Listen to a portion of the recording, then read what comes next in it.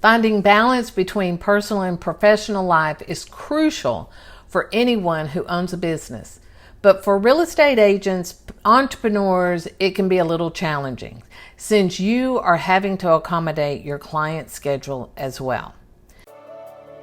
Welcome to the Unstoppable Real Estate Agents Podcast.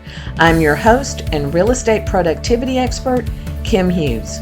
Join me as we focus on real strategies and implement real solutions designed for you to achieve major success in your business and life while getting you organized. So hey everybody, it's Kim Hughes, and today we will be talking about some little nuggets that you can use in your personal life and your business life for the summer months while everybody is at home.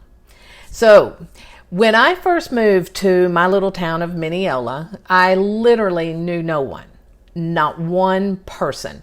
So it was a real challenge for me to juggle my 4-year-old and a 4-month-old baby, and then later on finding out I'm pregnant with my third. We were building a house. We were renting a duplex. My husband was traveling 5 days a week, and I also was taking care of my mother-in-law. That was the whole purpose of us coming down here, because his father had passed away and we came down to take care of her and to help run the ranch. So my husband was juggling 2 jobs, and then with all of what I was doing, we were in the middle of a huge life change. So I had to learn real quick how to create routines, how to set schedules, how to be everything to everybody, but also find time for myself and for what I wanted to accomplish. And so that took a little while to figure out. But once I did, it was just something that I've implemented in my life ever since. So, we're talking 30 plus years now. So the routines that I created for my personal life as well as my professional, of course it didn't always go as planned, but I did have a plan in place. So when that plan did not go as I wanted it to, I could always take a step back and look at it and think, okay, I've just got to rethink this, right? So I had to get really organized. And when I say organized, I mean every day I had to know exactly what I was doing, what time I was getting up, who needed to be where, what needed, what errands, what groceries, and all the things that had to be done, cook, clean, everything. And then, and you have to remember, this is before the internet and before cell phones. So, we didn't have all the luxuries that we have today. So as we go through these little nuggets, I want you to see where you can find the most to help you survive this summer. Because now we've got the kids out, you may have kids graduating, you may have weddings, you may have babies being born, and then you just have life happening. So some of these little nuggets I think will help you, some of them will sound familiar, but maybe this will trigger something in your brain to go, you know what, I used to do that, I'm going to do that again. Or, oh, I've heard of that, I've never tried it, maybe I should try it now. So hopefully these tips will help you, because that's what this is all about. It's about helping you making the most of every day, but also enjoying every day. Okay, that's a huge thing to remember. So I'm going to repeat that. I want you to get the most out of every day, but I also want you to enjoy every day. And that means don't overcommit. Don't overanalyze. Don't say you'll do things when you know you can't do it. So kind of think about that as and here at where we are, we're in our last week of school. So I'm kind of talking to you in that aspect that life is fixing to change. And, it can be a lot of fun, and it can be nerve-wracking and frustrating and everything that goes with it. But you know what? That's life. And so let's try to figure out some ways that we can help. So the first thing I would suggest is you just dump everything that you need to do on a piece of paper. Maybe 2 columns. I'm a big 2-column person. Business and personal. And everything that you want to accomplish, let's say between now and the end of June, write everything down.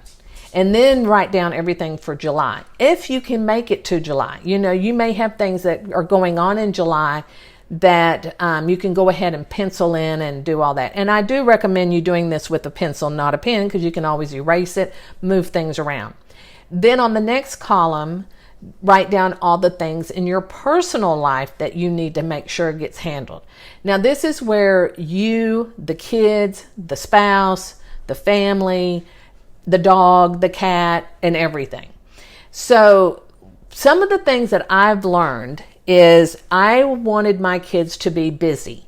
I wanted them, I mean, of course, now you have to remember, this is before the internet and before the cell phones, but I think it still applies because you don't want them in front of the screens all summer, laying around doing nothing.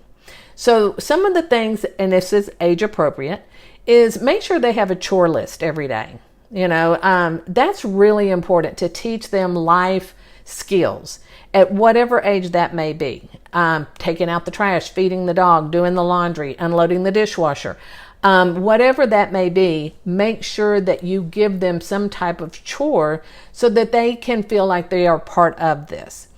Now, before we do all this, once you have brain dumped everything and you've kind of gotten your head around it all, then sit down with your spouse and discuss this with them and have them do the same thing, because what I want y'all to do is to come together on what y'all can kind of tag team each other on. Now, if you're a single parent, of course, this tag teaming thing may not work for you, but that's going to mean that you need to even be more structured and have more routine and be more organized. And you can do it. My husband worked 5 days a week out of town, and he drove 2 hours to get there and 2 hours to get home. And sometimes he wouldn't get home until 9 o'clock at night. So yes, I did feel like a single parent a lot of the times. So that's why I had to get really creative with what I was doing, because when my husband came home at night, I did not want him to be, I wanted him to come home and be relaxed. So I made sure the kids were taken care of, the house was taken care of, food was on the table, the whole thing was done. Yes, I was that person that tried to do that, and I was very successful in it. It was very rarely that he came home and the house was chaos. And I'm not going to say he never came home that it wasn't chaos, because there was a few times after our third child was born that I literally thought I had lost control of everything, to be honest with you. So here's some tips. Now, kind of got off track there, but really sit down and have that heart-to-heart talk with your spouse. And think about what can they do to help you and what can you do to help them. But at the end of the day, it benefits everybody in the family. With the way that we can work in today's world, sometimes you can work from home, and, y'all can maybe say, okay, well, I'll work from home on Monday and Tuesday, and on Thursday and Friday, you work from home, and on Wednesday, we just figure it out, that kind of thing. You are now have the ability to order your groceries online and have them delivered.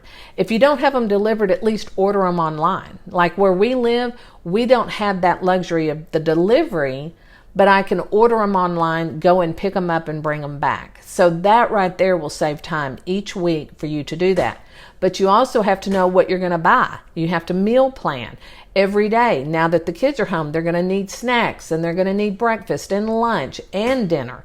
So you have to really think this through. And what I used to do is I'd have a piece of paper printed out with that month's calendar, and everything went on that calendar. And then on the back of the calendar, I would write just with my Monday through Friday, what we were having each day, 3 meals a day. And then I made a list of the groceries, and then I did my grocery shopping. And I would put that on the refrigerator. So that way I stayed on task with what I was doing, because that's a simple thing to do, is meal plan. And then if I could, I would make 2 meals and freeze one and do things like that. So you can get real creative. I mean, I could go real deep right there, but just get creative and know what's working for you as far as a healthy meal for the family, making sure you have everything you need to accommodate everybody in the family. Now, some of the things that I would like to talk about is, keeping the kids entertained and keeping them busy so that they are enjoying their life as well and not losing their life in a screen. So look around and see what camps are coming up. There's a lot of like art camp, dance, piano, acting, swimming, church camp. There's tons of camps. And then look at them and see if they are in line with what you and your family want them to do. And of course, everything is age appropriate. So, we were big on Bible camp. My kids went to a couple of church Bible camps. One was a day camp, so my oldest son would get on the church bus and he would go to the church camp for the day and then come home that afternoon. If you have kids that are in sports, you're going to be really busy. So you've got to be very creative because you're going to have multiple games a week or multiple things that need to be done with that sport. So, maybe this is where you tag team with some of the other parents. You kind of help each other out. There were times that when my kids got a little bit older, I would be at the ballpark from like 4 o'clock to midnight, every day sometimes. And I would have 3 kids on a different field. And I would have to literally just kind of go from field to field to watch them. So I kind of got into a routine of where I knew when this one came up to bat. I knew when this one came up to bat. So I always made sure that when one was up to bat, I was there. They knew that I was there. I may not have been there for the whole game, but I was able to be where I wanted to be to make sure my kids knew that I was there to support them. So that's really important. So make sure that you do that. And if you and your spouse can tag team here, they go to one kid's game, you go to the other, and then switch on the next one. So I'm sure y'all have got that figured out, but for those that don't, that is a great way to do it. Now, if you are taking care of other people in your family, you've got to include that calendar into their doctor's appointments, their foods, what do they need to eat because they may need to eat a special diet. Like for example, when I was taking care of my mother-in-law, she was a diabetic. So I had to cook a different way for her and than the way I cooked for my kids. And so it could get a little challenging, but once I got into the rhythm of it, I learned that, what she eats, we can eat. So I kind of merged that all together. So the other thing to look at is what appointments do you and your kids need to do? Now, you can put these appointments into the fall or in the early spring. So take you and your spouse off of the list. But when the kids come around, you need to do the dentist appointments. You need to do eye appointments, doctor appointments, and all of that. So start planning for those appointments in the month of July because that's when a lot of families go on vacation and it's easier to get the appointment. But if you want to move it to August, go ahead and do it now so that you're on the schedule for when you want to be there and they're working with your schedule and you're not working with theirs, okay? That can get really, really tricky. So make sure that you work that out with each kid. Vacation. We're all going to take a vacation. You might even take 2. So plan when you're going on vacation and what needs to happen while you're gone. So do you need to board the dog, the cat, who's looking out for the mail and things like that. Get that all organized now and start a list of things that need to be done. And one tip that I think is really good, and this is what I did for myself, is I always gave myself 2 days to prepare, to pack, to, get everything in line with the house, to empty the refrigerator, whatever I needed to do to get ready to go on vacation. And then I gave myself 2 days extra when we returned so I could unpack and wash and pick up the dog and do all the things and buy the groceries and all that stuff to restock the house. So keep that in mind because when you do that, you will be a calmer person, and if you're the one that's the head of the household, then you will make everybody happy in your house. So just do that for yourself so that you're not running around. It amazes me how many agents I talk to that say, well, I'm going to be back from vacation on Sunday and I have 5 appointments on Monday. you're going to be rattled. So don't do that. Give yourself some grace, and give yourself a little time to get over the vacation. Okay. And then, look at your neighborhood. Maybe there's a kid in your neighborhood, 12, 13 years old, that can come over to the house while you're home, and they can entertain your kids. So you've got a babysitter, and, have them entertain the kids, have them make lunch for the kids.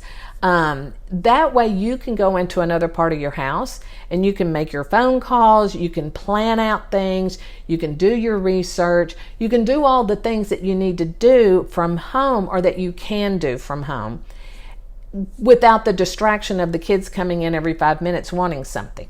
So if you have somebody over there and they learn that, did you ask her? Did you ask her? So like we had an Emily.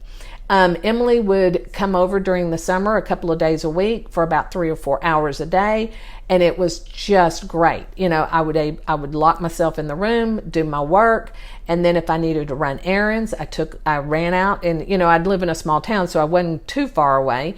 And she was a very responsible person, and so I trusted her. And sometimes I would take the baby with me. Or I would take one of the kids with me so that I could maybe give them a little treat, or something like that. So look at your neighborhood, get to know your people, and see who do you trust to come over to entertain the kids while you do things around the house. Maybe it's just pick up, maybe it's to do a load of laundry, whatever that may be, but there are kids in the neighborhood that you can hire to come and do that and babysit while you're at home. The one thing I did when my kids were young is we had taken our dining room, my formal dining room, and converted it into my office. And what I did was I had a little table in there with chairs, and I had art kit and crayons and paper and all those things, puzzles, books, etc. Anything that was quiet activity. And that sat on that table. And this was unique to when mommy was working. You can come in here and you can sit at the table and you can do these activities, but you can't take the activity out of the room. This was special time for when I needed to focus and I had nobody to help me. I could put my kids there and say, today y'all get to do this while mommy is doing this. And that worked out really well. And I think it really... I look back at that and I'm like, they may have been little toddlers and little preschoolers and elementary, but, when they see you doing things and you're passionate about what you do and you're showing a good work ethic, you don't think that they're picking up on that, but they are. They may not even realize they are, but they are. And that helps them evolve into learning that responsibility and being proud of what they have learned and things like that. That's why I think it's so important to give children chores based on their age. Let them know that you do have a job and that it's not more important, but this is what pays the bills. This is what takes us on vacation. This puts clothes on your back. When you make those, when you show those children what you're doing, they learn that. And now that my children are all grown, I see that. They may not admit it, but I do see it. I see that they have all got great work ethics. They appreciate everything that people do for them. They are there to help other people as well. So you'd be surprised at what they pick up on as you're working through the day, and you feel guilty that you're working, but knowing they're learning from that. So make sure you show that, that appreciation for what you have to do. Okay, so another thing I used to do was I would get up like 2 hours before they would, and I would usually go to bed later at night. I was a night owl, so everybody has to find their own way to do it. But if I knew that my kids woke up at 7, sometimes I would get up at, with my husband between 5:30 and 6, and I would have my coffee. I would get my, my planner and look at what needed to be done and anything that I could do before they could get up that might be a distraction throughout the day. And then when I put them to bed at night, I would schedule things that I needed to do in the evenings that I could not do during the day. So you have to kind of look at that and see what works for you. I was one of those that I could work until 1 o'clock in the morning and then be up at 7 o'clock and be, bright-eyed and bushy-tailed. So everybody is different. So you have to know what works for you and what's working for the family unit. Other things that you can do is plan a night each week and say, Wednesday night is family night. And, that's when you turn off all the screens, you turn off all the phones, and you just sit with the family and you do puzzles, you play games, you watch a movie, you cook dinner together, you go for walks, you take them to the park. These are things that they find the balance, and you find that balance, because when you're with your family, you should be more relaxed and you're being able to appreciate that time with them, so that the times that you are working, it doesn't make you feel guilty. Okay, that's the whole thing. Is a lot of us feel like that we have to be able to do it all, and you don't. You just have to find the balance that works for you. And don't look at the influencers on social media and think, oh my God, they have such a great life, because you don't know what's going on behind the scenes. You don't know what chaos has been going on. Their job is to be showing you an easy way of life that they live, and then that makes you feel like, oh my gosh, I've got to live like that. No, you don't. You do not. You can have a messy house. You can have the laundry piled up.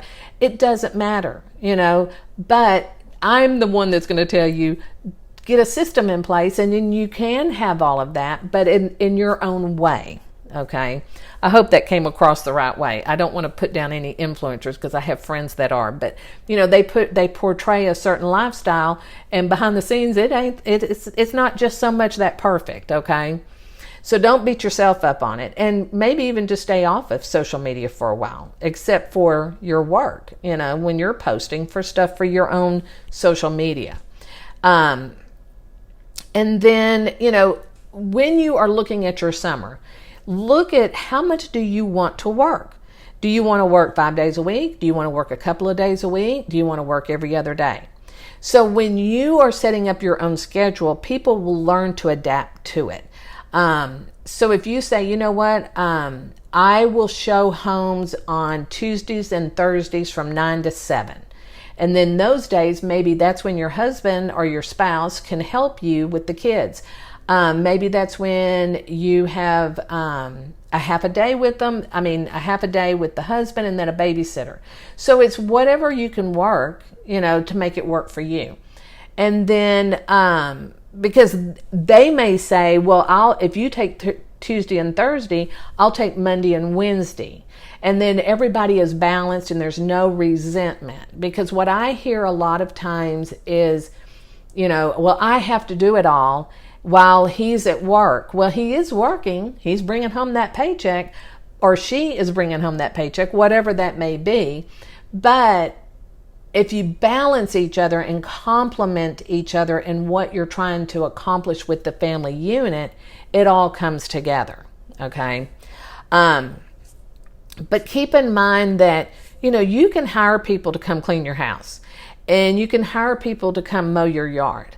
You can pick 1 day a week to go run errands. Just pile it all on a piece of paper and say, here's what I got to do. Half a day. What can the kids go with you on? They don't have to go with you on all those errands, but they can maybe go with you on some of them.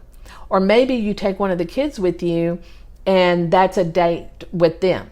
So you're out running errands, and then y'all go out to lunch and maybe do something special that they like to do. And then now you're spending that one-on-one time, which is equally as important. So, do that maybe once a week or every other week. Let's see, what else can we talk about that might help you out? It's just, to me, it's big on responsibility of who knows what each role is. So like earlier when I was talking about my husband who worked, he would work sometimes 6 days a week, and he would leave at 7 in the morning and sometimes not get home until 9. But when he got home, it was relaxed and everything, so he and I could have our moment after we put the kids to bed. We would make sure we had a date night. We made sure to help each other. So my big thing was I hated putting gas in my car and I hated washing it. So on Saturday mornings, he would get up and he would go and wash my car and clean it out and get it ready for the week. And that was like a love language for me. It may sound really simple, but that was my thing, is if you just did that, and to this day, he still does it. He will still, and I have to kind of remind him sometimes, but he does remember what those little pieces of little nuggets that helped me, and then I know what helps him.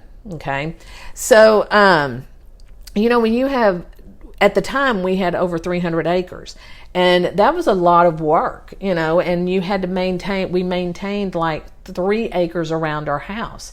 So mowing and weed eating and everything was a 3-day job. So anytime we could jump in and help each other out, we would.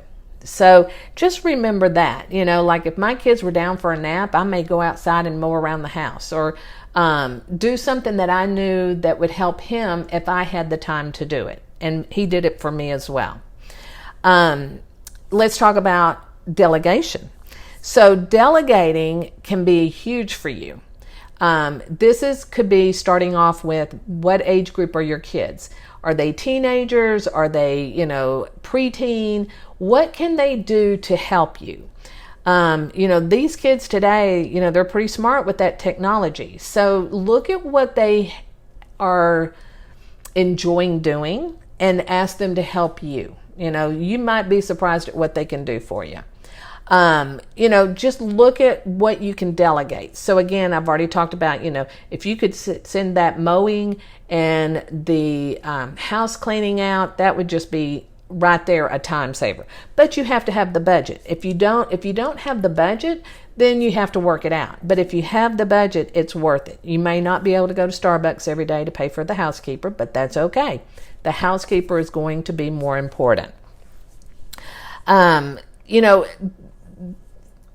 you are looking at ways that you can restructure your days during the summer, these will carry over into the other seasons of the year. So keep that in mind. That doesn't mean that just do it for the summer, but look at it and say, what, that worked so well. Let's continue doing that. Or, what, that didn't work so well. Let's tweak it and see what we can to make it better. But, time blocking or batching is really great. So if you are doing your own social media, then you need to schedule once a month where you sit down and you plan out your calendar. You plan out your videos. Then you schedule your videos to do the videos or to post. So like with me, I do have a social media manager, but I'm involved. And so we will sit and look at the next month and see what we want to put on that calendar, knowing that if the market changes, that may change as well. I do all of my videos and my podcasting all in one day. I plan it on one day, and then the next day I do all the recordings and everything else. And then I also will establish boundaries. So the boundaries in my personal and my professional life are it's something I've had to learn how to do over the years. I mean, I'll be honest, I used to say yes to everything. I'm learning, no, I don't have to do that. No, I can't do that. But I can do this. Or maybe in the fall, I might be more available. So let's regroup in the fall. So just know that your time in the summer is very precious, and it's made to enjoy. People are supposed to kind of slow down, enjoy the weather, enjoy being together and all of that. But if you're so frazzled, you regret it and you resent it. And you're like, oh my God, my kids are going to be out for 3 months. What am I going to do? And it shouldn't be like that. It should be, oh, my kids are going to be out of school for the next 3 months. What can we do as a family, and how can we enjoy those 3 months together? Because your kids need a break too. They've been in school all year. They need to be able to relax and enjoy what the summer months bring. So just remember that, it's about you and your work and you as well as your family. So you've got to find that balance, and not everybody has that same balance. So that's where I'm going to tell you, don't look at your neighbor. Do what works for you. You can look at what the neighbor is doing and kind of think, oh, would that work for us? Maybe we try it, but it may not. So what are you going to do? But when you establish those boundaries, I mean, I'm talking about when you are with your family, you need to have that phone turned off. They can leave a voice. You have a voicemail that says, leave a voicemail. I return calls between this time and this time every day. If it's an emergency, please send me a text. Done. If you get a text message or a private message through one of the social media apps, you should have a message that says, I will, be looking at this in the next 24 hours or in the next 5 hours or between 4 and 6 every day. Whatever that is, set that up and put it in place so that when somebody does call or text you, you respond immediately with that message. And so they know that you got the message. Okay, great. I will look for her to call me then. If I'm not available, I will let you know. 4 and 5 is not going to work for me. How about tomorrow between 4 and 5? So people can adjust. So just know that you do not have to be at everybody's beck and call. Okay.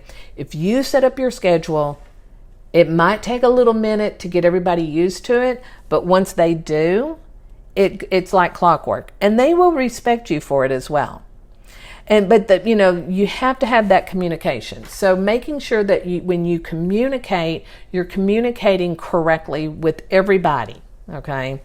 If you're one that does open houses, most likely you're going to be out of pocket on the weekends. So keep that in mind and get people to help you where you need that help. Automate as much as you can possibly do.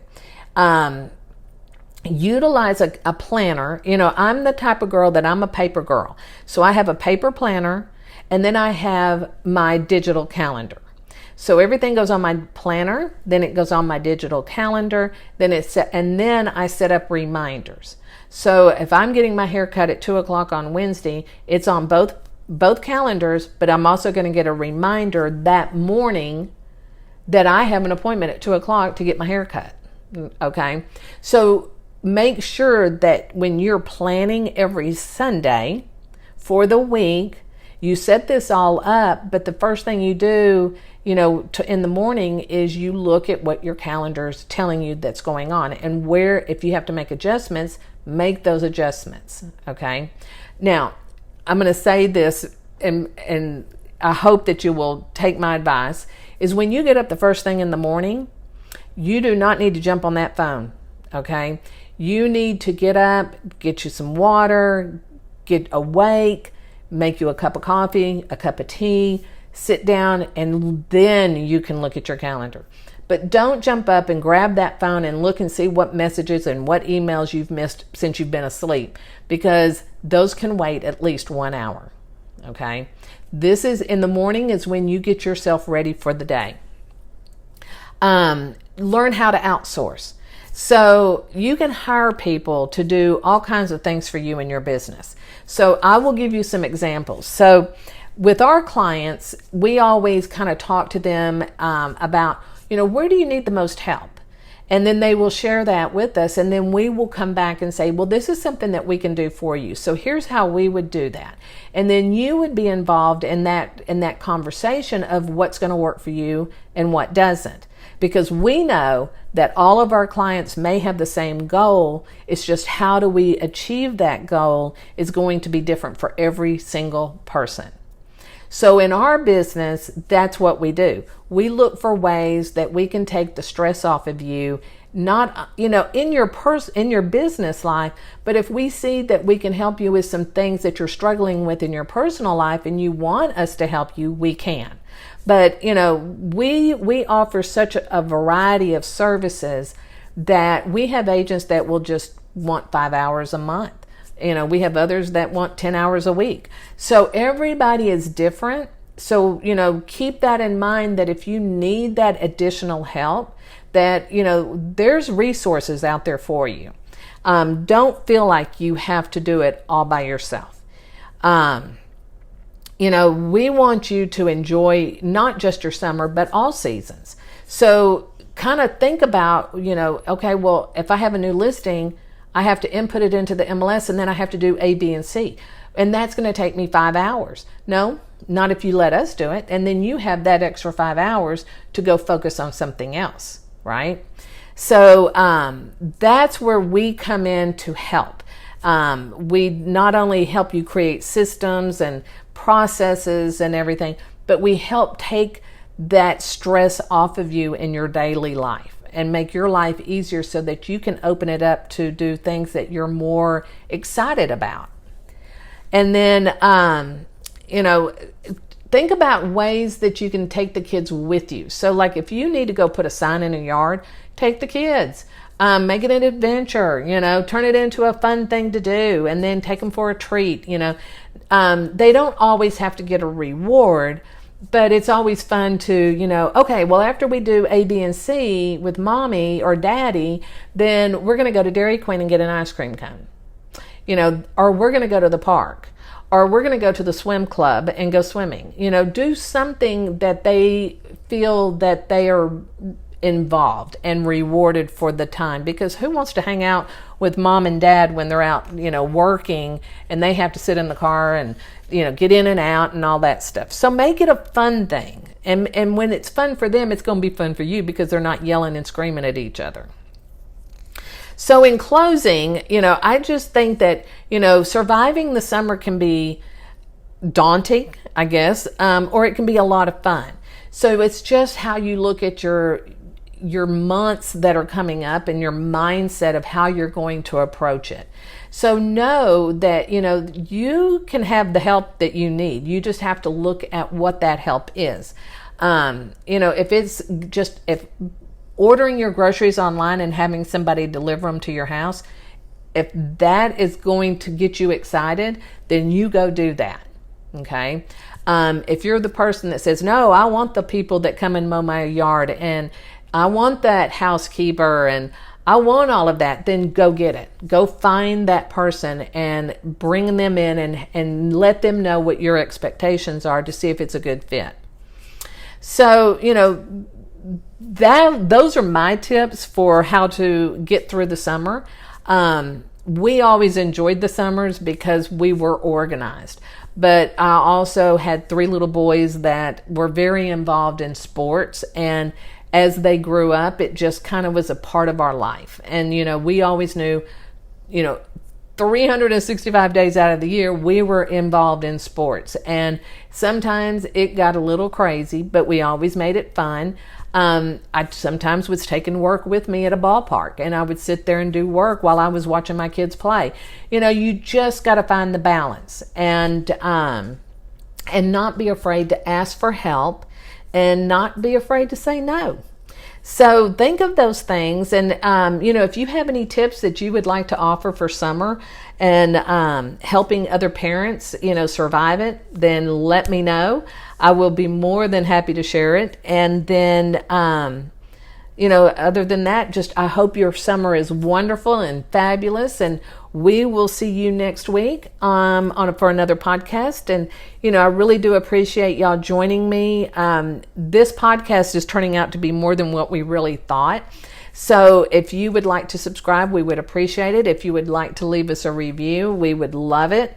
If there's anything that you would like for us to cover, just drop us a comment down below or send me a direct message, and we will definitely do that. So we will talk to you next week, and you go out and have a great day. Bye.